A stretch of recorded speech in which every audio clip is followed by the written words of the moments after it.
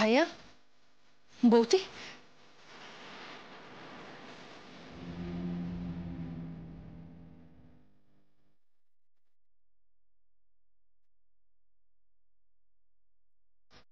আমি জানতাম তোমরা আসবে।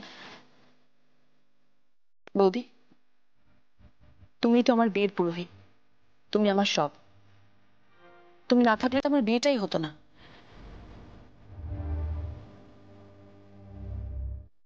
যার সঙ্গে আমার 9 বছরের সম্পর্ক সে তো চলে যাচ্ছে, আর যার সঙ্গে আমার 9 দিনেরও সম্পর্ক না, যার সাথে আমি এত খারাপ ব্যবহার করেছি, দুর্ব্যবহার করেছি, তাকে অপমান করেছি, সে আমার বিয়ে দেওয়ার জন্য সবকিছু ছেড়ে বাড়ি ছেড়ে চলে গেল, সবকিছু ছেড়ে। এই বংশে, এই রায় বংশে যমুনা ঢাকির কোনো চিহ্ন থাকবে না।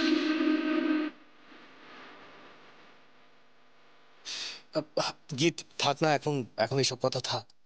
একদমই তাই, এখন এসব কথা একদম নয়। শ্বশুর বাড়িতে এসেছো, এই বাড়ির সকলের কথা শুনে চলবে, শাশুড়ি মায়ের কথা শুনে চলবে। আর এখন চলো, ভাত কাপড়ের অনুষ্ঠান হবে। চলো চলো চলো। বলছি কি, আপনারা ভাত কাপড়ের আয়োজন শুরু করুন। আমি এই ভাত কাপড়ের অনুষ্ঠানে থাকবো না। কেন থাকবেন না? কেন? আমি ঢাকির মেয়ে বলে?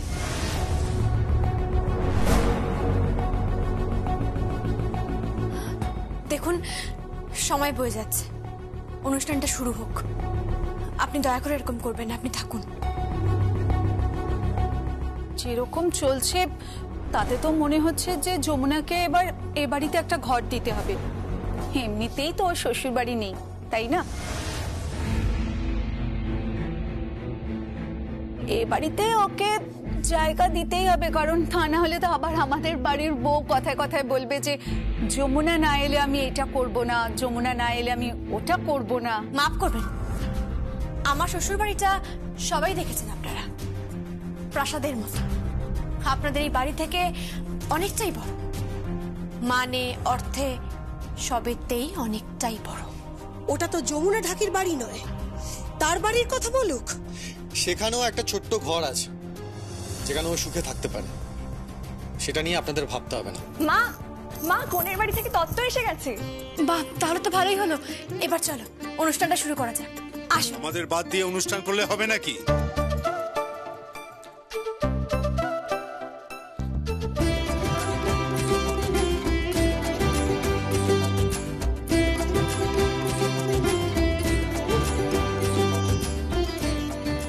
বাবা, মা, বাবা, মা,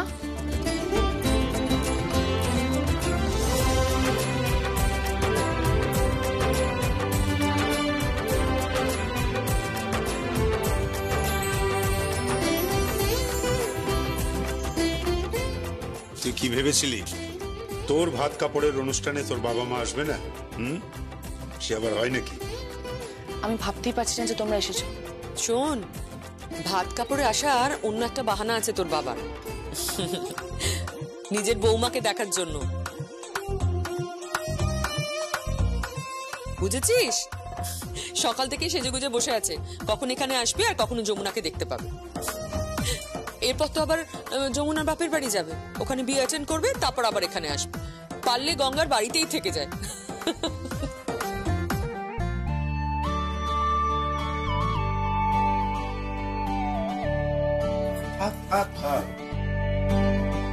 আসুন না, ভেতরে আসুন।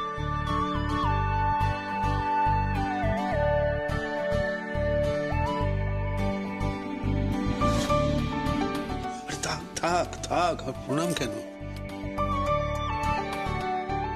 থাক থাক থাক, অত ঘন ঘন প্রণাম করতে নেই।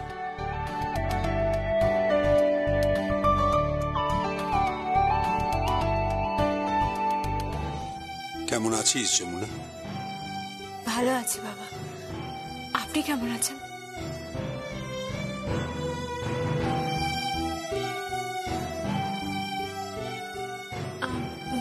মা, বাবা, বড় মা কোথায়? ওরে মুখপুরি, তোর বড় মা তো এদিকে।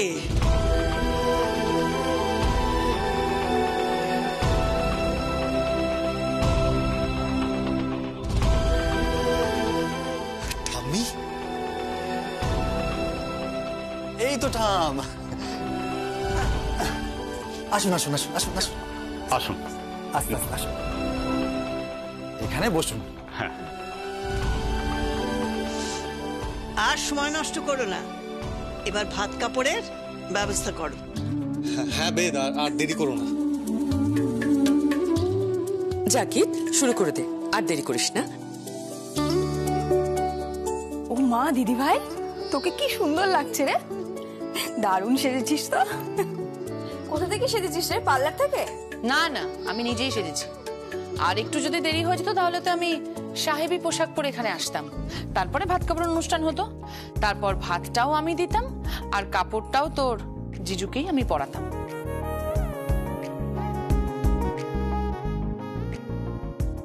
এ তো ডেঞ্জারাস মেয়ে, কি শুরু করেছে কে জানে।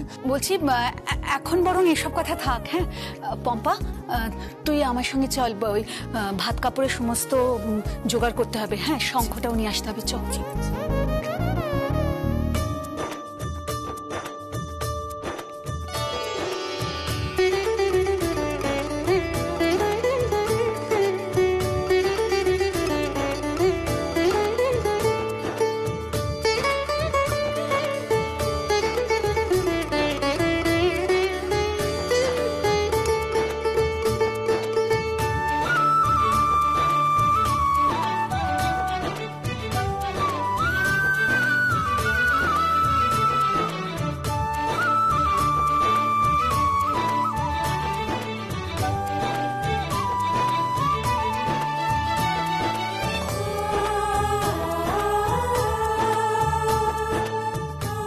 গীত, এবার বসো, বেদ বসো।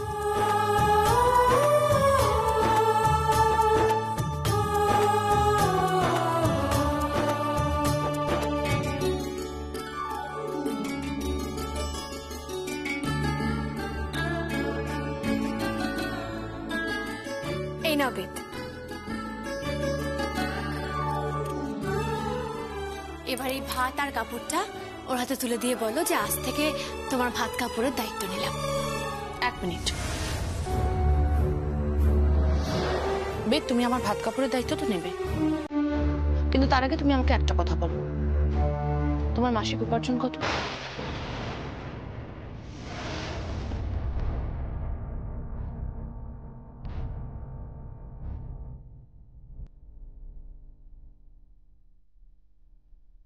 উপার্জন? উপার্জন মানে? মানে এই যে তুমি আমার ভাত কাপড়ের দায়িত্ব নেবে, তা তুমি ইনকাম ট্যাক্স দাও, রিটার্ন সাবমিট করো।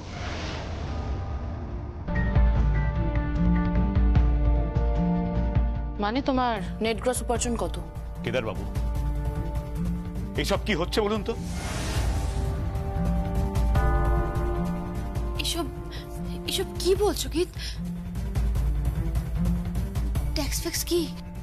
আরে সেটা আমি তোমাকে পরে বুঝিয়ে দেবো। গীত, কি হচ্ছে রে কি সব? ভাত কাপড়টা নাও।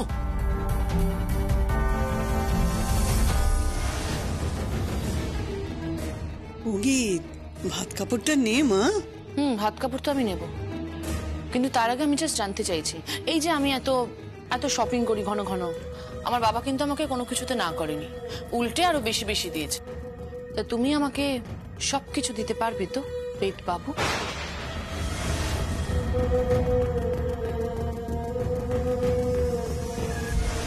গীত, তুমি কিন্তু এবার আমায় অপমান করছো। আমি তোমায় অপমান করছি না বে, আমি শুধু একটা সিম্পল জিনিস জানতে চাইছি, যে গঙ্গা ঠাকির পরিবার বেশি গরিব না তোমরা বেশি গরিব?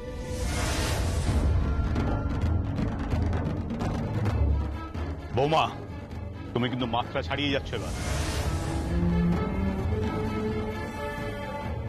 কি হচ্ছে কি গীত? আমি তো তোমাকে এমনটা শেখাইনি, তুমি তো ভালো মেয়ে গীত।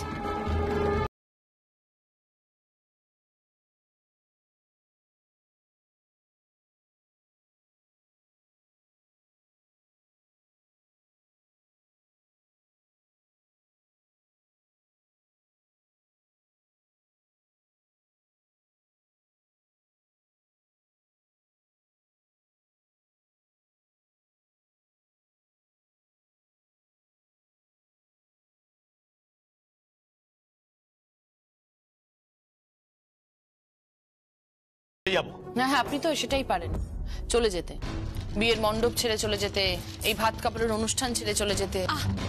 কি হচ্ছে কি গীত? এবার কিন্তু আমি খুব বকবো। ভাত কাপড়টা নাও। ভাত কাপড়া নেবো কি? ও নয় যমুনা ঢাকির মেয়ে, তাই ওকে হ্যাটা করে বাড়ি থেকে তাড়িয়ে দেওয়া হয়েছিল। তাহলে আজকে কি আপনি নিজের বৌমাকে বাড়ি থেকে বের করে দেবেন? আমি হাত জোর করছি গীত, তুমি ভাত কাপড়টা নিয়ে নাও। নেব না। তার আগে আমি জানতে চাই, এই যে আমার ঘন ঘন শপিং মলে যাওয়া, এক্সপেন্সিভ জিনিসপত্র কেনা, আমার মাঝে মাঝে গাড়ি চেঞ্জ করার শখ আছে, নতুন নতুন গাড়ি কিনি আমি, ফ্লাইটে আমি ট্রাভেল করি আপ ডাউন, তারপর আমার যখন যেটা ইচ্ছা হয় আমি তখন সেটাই করি, সেটাই কিনি। ধরো হঠাৎ রাত 2টোর সময় আমার আইসক্রিম খেতে ইচ্ছা করলো, বার্গার খেতে ইচ্ছা করলো, পিজা খেতে ইচ্ছা করলো, তা বেদ এই সমস্ত খরচা তুমি বের করতে পারবে তো? কারণ দেখো, ফর ইউর কাইন্ড ইনফরমেশন, আমি কিন্তু তোমার বাবা এবং মায়ের কাছ থেকে একটা পয়সাও নেব না। আচ্ছা, এসব কি হচ্ছে নাকি গীত?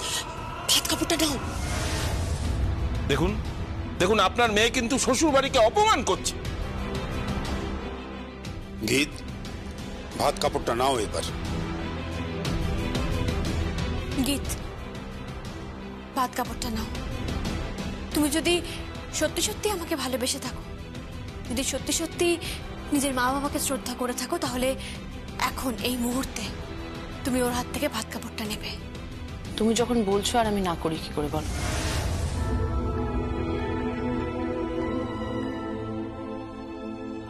সবকিছু কেমন যেন একটা ম্যারম্যারে হয়ে গেল।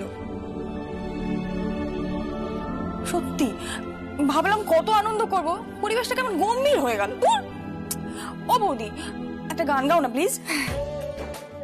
প্লিজ একটু গান বাজনা হোক না। হ্যাঁ, এটা তো খুব ভালো আইডিয়া। এই যমুনা, একটা গান গানা। তুমি গান জানো? চৌখস বৌমা আমাদের, ও কি জানে না, কি জানে না। I am very sorry Rajiv বাবু, হিরেকে নুড়ি ভেবে আপনারা ওকে রাস্তায় ছুঁড়ে ফেলে দিয়েছিলেন। মাফ করবেন কেদার বাবু, ওর সম্বন্ধে আমার মতামত একই রয়েছে।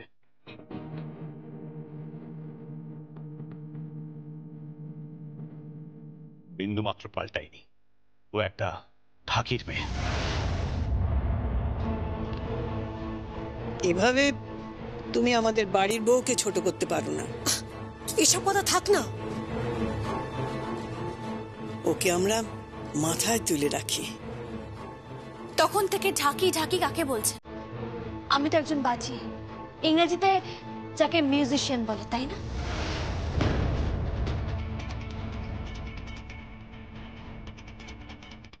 সম্মান করুন, সম্মান করতে শিখুন। আপনারা তো প্রভাত প্রতিম বাজিয়েদের বাজনা টিকিট কেটে শুনতে চান, তাই না? কেউ প্রখ্যাত সেতার বাদক, কেউ আবার পিয়ানো বাজাচ্ছেন, কেউ আবার বেহালা বাজাচ্ছেন, কেউ আবার তবলা বাজাচ্ছেন, তাই তো? হ্যাঁ, তখন তারা সমাজের উঁচু তলার মানুষ হয়ে যায়, তাদের স্টেটাস উঁচু হয়ে যায়। কিন্তু কেউ ঢাক বাজালে তারা সমাজের নিচু তলার মানুষ হয়ে যায়, তাই না? দেখো বাবা, এসব কথা থাক, এখন অনেক সময় হয়েছে। এখন তোমার বোনকে বলো হাত কাপড়টা নিয়ে আমাদের দয়া করে উদ্ধার করতে। গীত, ভাত কাপড়টা নাও।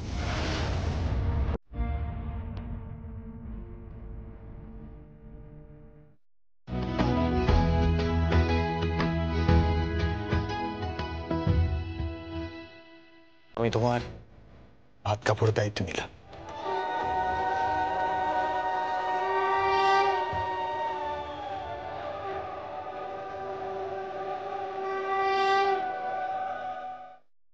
বৌদি, এবারে একটা গান হোক, গাও না প্লিজ। হ্যাঁ বৌদি, প্লিজ গাও না।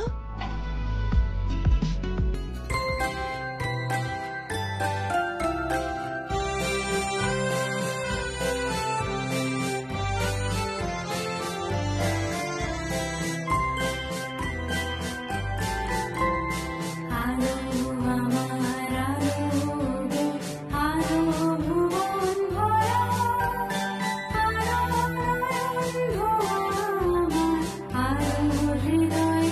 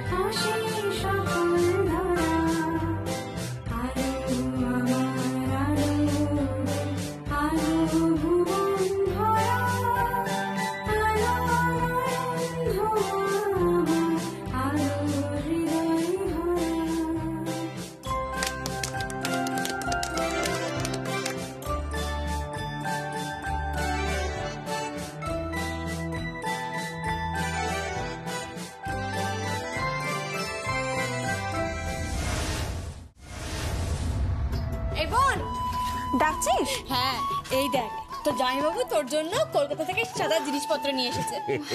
হ্যাঁ জামাইবাবু, এই সব কিছু আমার? হ্যাঁ তোমার জন্য, আমার একমাত্র শালিকা বলে কথা। শোনো, এইগুলো নিয়ে তুমি একদম সুন্দর করে সেজে বরের সামনে দাঁড়াবে, আর বর দেখবে তোমায় দেখে একদম মুগ্ধ হয়ে যাবে। এ মা, পেতনির মতো মুখ আমার সে সাজবে। দেখো দেখো কি করছিস? তোর না বিয়ে, তুই মারপিট করছিস ভাইয়ের সঙ্গে? আয় তোকে সাজাবো। আয় যমুনা, পারবি তো সাজাতে? হ্যাঁ মা, পারবো। বরের বাড়িতে গিয়ে আমি সবটা শিখে গেছি। আরে পারবে পারবো, সব পারবে। তুই ওইদিক চলো, লোকজন বসে আছে, অনেক কাজ পড়ে। তুই দেখ, আমি ওদিকে যাচ্ছি। হ্যাঁ শুরু করো, শুরু করো।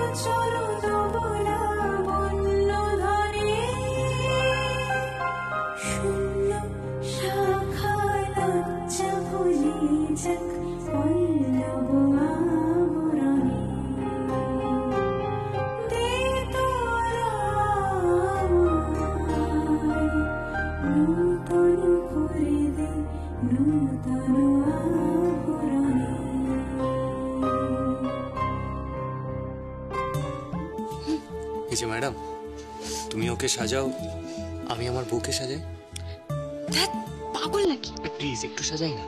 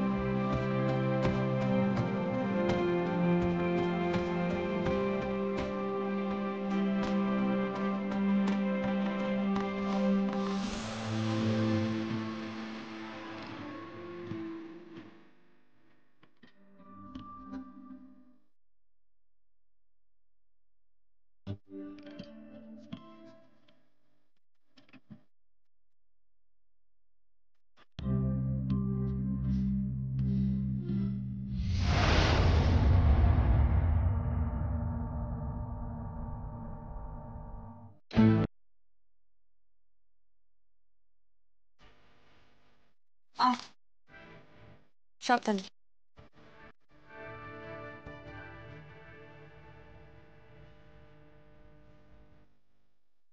চল। পেন্নামই কর্তা বাবু।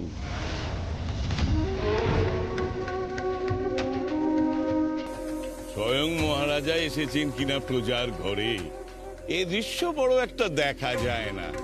না আমাদের গঙ্গা কি ভাগ্য যে তার মেয়ে কি ঢাকটাই না বাজালো, সেই ঢাকের বাদ দিতে আমাদের স্বয়ং প্রভু একেবারে কাত। ভদ্রভাবে কথা বলুন ভূষণ বাবু। আমি তো ভদ্রভাবেই কথা বলছি। আমি যদি অভদ্রভাবে কথা বলতাম তাহলে কি এতগুলো কথা এখানে বলতে পারতাম? ভূষণ!